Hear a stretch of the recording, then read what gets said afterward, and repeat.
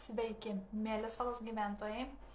Aš po pirmos savaitės iš jogos mokytojų kursų, kur dalį laiko praleidom Maunos praktikoje, tai yra tylos praktika, tai esu pakaupusi truputį žodžių ir vakar savo Instagram žadėjau, kad šiandien po pietų darysiu live. Bet sužinojau, kad Instagram gali daryti live tik tada, jeigu turi virš 1000 sekėjų. Tai aš tiek neturiu, tai nusprendžiau persikelti į Facebooką. Ir šiandien tema, kurią norėjau pakalbėti, tai yra, kodėl neįgyvendinam savo norų, tikslų ir svajonių. Ir pasijungti į savirealizacijos energiją. Tai galvoju, kad išsimanifestavau šitą orą, kad niekas nieko kito neveiktų ir ateitų paklausyti mano live.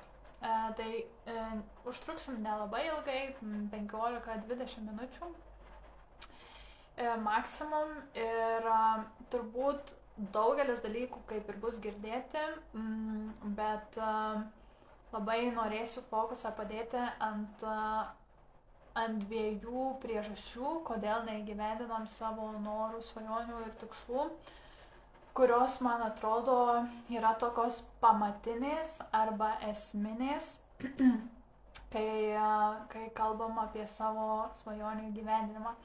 Tai pradedant nuo tų priežasčių, viena iš jų tai, kad mes nežinom, ko mes norim. Pirmas dalykas, nepažįstam dar taip gerai savęs ir nesam tiesiog skyrę laiko, skyrę dėmesio pabūti su savim, pasikalbėti su savimi ir apčiuopti viduje tai, kas iš tikrųjų man yra labai svarbu, kas man yra vertingiausia šioj planetoj, už ką aš noriu kovoti, kuo aš labai tikiu, kas man yra pačiam padėję. Ir jeigu mes sustotume ir iš tikrųjų paskirtume laiko tai pasikalbėti su savimi ir pažinti save, suprasti, kas mums įdomu ir kas ateina ne iš kažkokių aplinkos lūkesčių, ne iš to, kaip mes užaugom, ne iš kažkokių programų, tai pamatytume, kad iš tikrųjų gal mums svarbus visai kiti dalykai, negu mes kad dabar darom, arba negu kad mes sakom, kad mums yra jie svarbus. Tai dar kartą grįžtant, šiandien kalbam apie tai, kodėl neįgyvendinam savo svajonių, tikslų ir norų. Ir antroji priežastis būtų ta, kad mes kartais nežinom, kad mums prie jų prieiti trukdo tam tikros traumos, kurios yra neprasplėstos iš praeities, tam tikri emociniai blokai, kurie mums neleidžia priartėti prie tų savo svajonių, nes jie mums praeitie yra uždėję tam tikrus šablonus, tam tikrus įsitikinimus, kad mums negalima svajoti, mums negalima to norėti, mes čia norim per daug, mums čia reikia per daug. Ir tos situacijos nebūtinai turi būti kažkokios labai intensyvios, baisios, bet jos gali būti ir visai paprastos. Kažkas parduotuvėje ten vieną kartą neleido kažko nusipirkti, ten draugas atėmė flamasterius.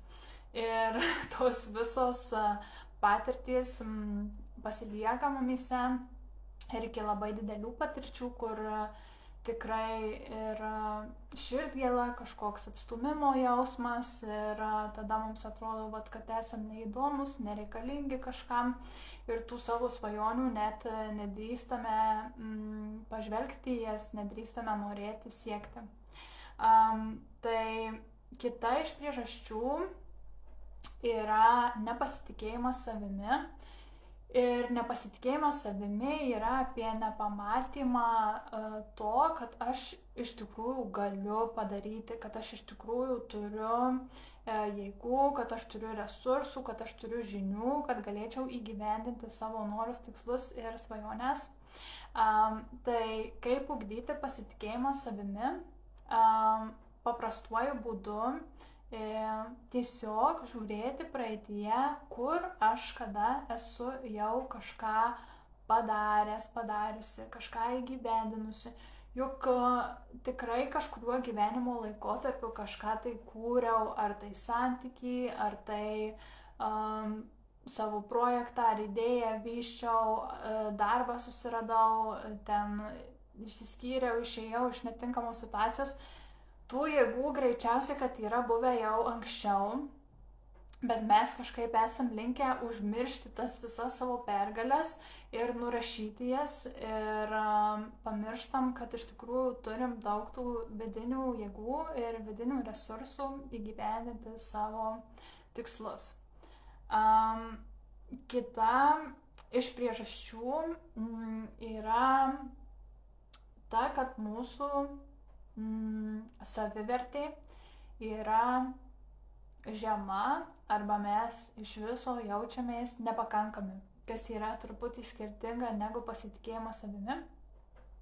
Tai mūsų žema savivertė neleidžia mums įgyvendinti savo tikslų, norų ir svajonių, nes mes galvojam, kad mes esam neverti, galvojam, kad tai yra tiesiog ne mūsų nosiai, kažkokie ten geresni, puikesni, šaunesni žmonės gali įgyvendinti savo svajones, o mums štai tai yra kažkodėl tiesiog neduota.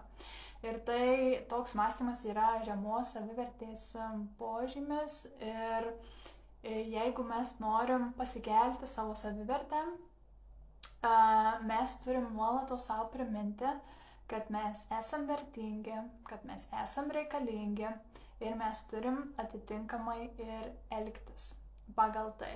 Tai reiškia, kad jeigu aš galvoju, kad aš esu verta kurti savo verslą, tai aš ne tik tai galvoju, kad aš esu verta, bet aš ir pradedu jį kurti.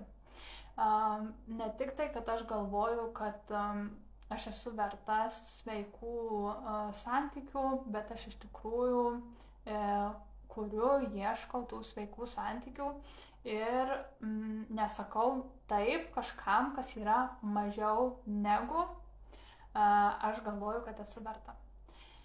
Tai kitas dalykas, mes kartais neturim tiesiog praktinių žinių, kaip mums realizuoti savo tikslus, idėjas ir svajonės.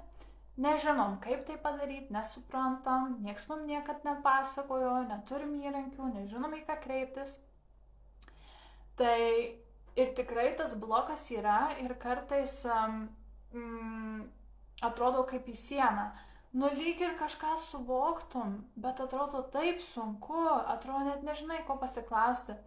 Tai tikrai reikia ir su tuo jausmu pabūti, su tuo tokiu bejėgiškumu, nežinojimu ir po truputėlį leisti savo, pradėti nuo mažų dalykų, pradėti ieškoti, ar tai žmogaus, kuris žinotų, ar tai, nežinau, kažkokį ChatGPT pasiklausti, ar tai į bendruomenę išeiti, kur būtų jau kažkas realizavęs jūsų tą idėją.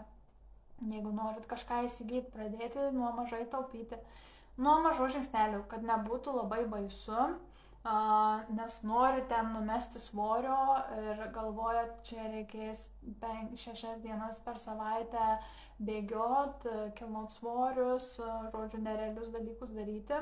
Tai kai taip mastai, tikrai atrodys labai labai baisu ir neįmanoma. Bet jeigu galvoju, kad jeigu numesčiau svorio, kad numesčiau svorio, man reikia pradėti 1 dieną per savaitę išeit pasivaikščiot pusvalandžiui. Priklausomai nuo to, kokia situacija, jeigu visada tik tais, tarkim, sėdit. Ir 2 savaitę, ar ten jau, nežinau, po poros savaičių, gal 2 dienas. Truputį daugint. Pradėti nuo vaikščiojimo ir metus laiko tiesiog vaikščioti, ar ten daugiau, kol pasieksit gal tokį lygį, kad galėsit vaikščioti kiekvieną dieną. Ir aš manau, jau tikrai džiaugsitės rezultatais.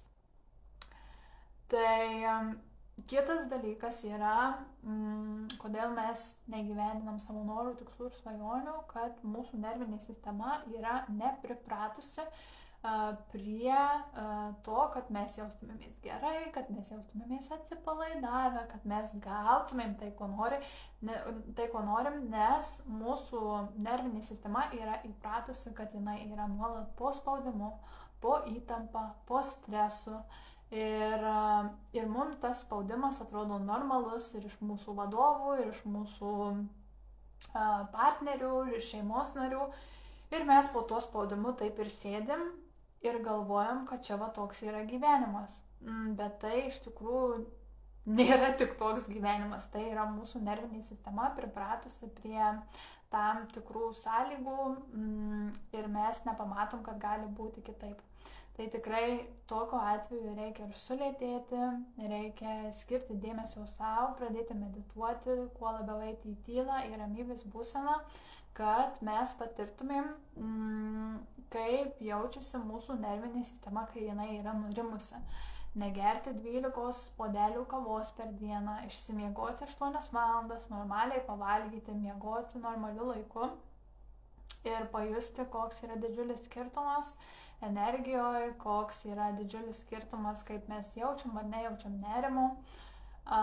Ir po truputėlį pratintis, kad mūsų nervinė sistema priimtų situaciją, žmonės ir įvykius, kurie yra iš tikrųjų palankus jai, kurie ramina, kurie saugus yra, o ne kaip tik tokie, kur per prievartą. Ir tada dar vienas dalykas, tai jau čia turbūt bus 6, kuris mums trukdo įgyvendinti savo norus, tikslus ir svajonės, tai yra, kad mes neturim motyvacijos, bet ne motyvacijos ta kažkokia siaurąja ir paviršutiniška prasme, kad nežinau, kodėl aš čia noriu. Gal čia bus geriau mano vaikam, kad aš ten kažką pradėsiu daryti, savo verslą kurti, gal čia bus geriau mano vyrui, gal aš būsiu biški laimingesnė. Tai ne apie tokią paviršutinišką motyvaciją kalbam, o kalbam apie tokią motyvaciją, kur tu žinai, kad tas dalykas yra tau toks svarbus gyvenime. Pats svarbiausias, tai yra tavo vertybių top sąraše. Ir tu supranti, tu jau taip gerai save pažįsti, kad kol to dalyko tu nedarysi, nepradėsi daryti, nepadarysi, tol tu neturėsi ramybės. Nes tai yra tau taip svarbu gyvenime, kad tu nori ir su kitais žmonėmis tuo pasidalinti ir nori, kad tai būtų prieinama daugiau žmonių, kad jie žinotų, nori dalintis meilę partnerystėje. Ir tai tau atrodo kaip didžiausias savirealizacijos tiesiog būdas ir niekaip kitaip negalėtų daugiau būti. Tai kalbam apie priežastis, kodėl neįgyvendinam savo norų, tikslų ir svajonių. Tai jau keletą tų priežasčių išvardijau ir labai noriu pakviesti rugsėjo 13 dieną, aš darau užsiėmimą sąmoningumo ir meditacijos.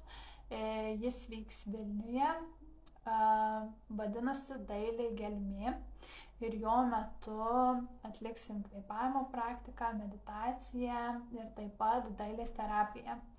Tai yra toksai renginys, kurio metu labai susijungsim su savo saugumu, su savo savivertės jausmu.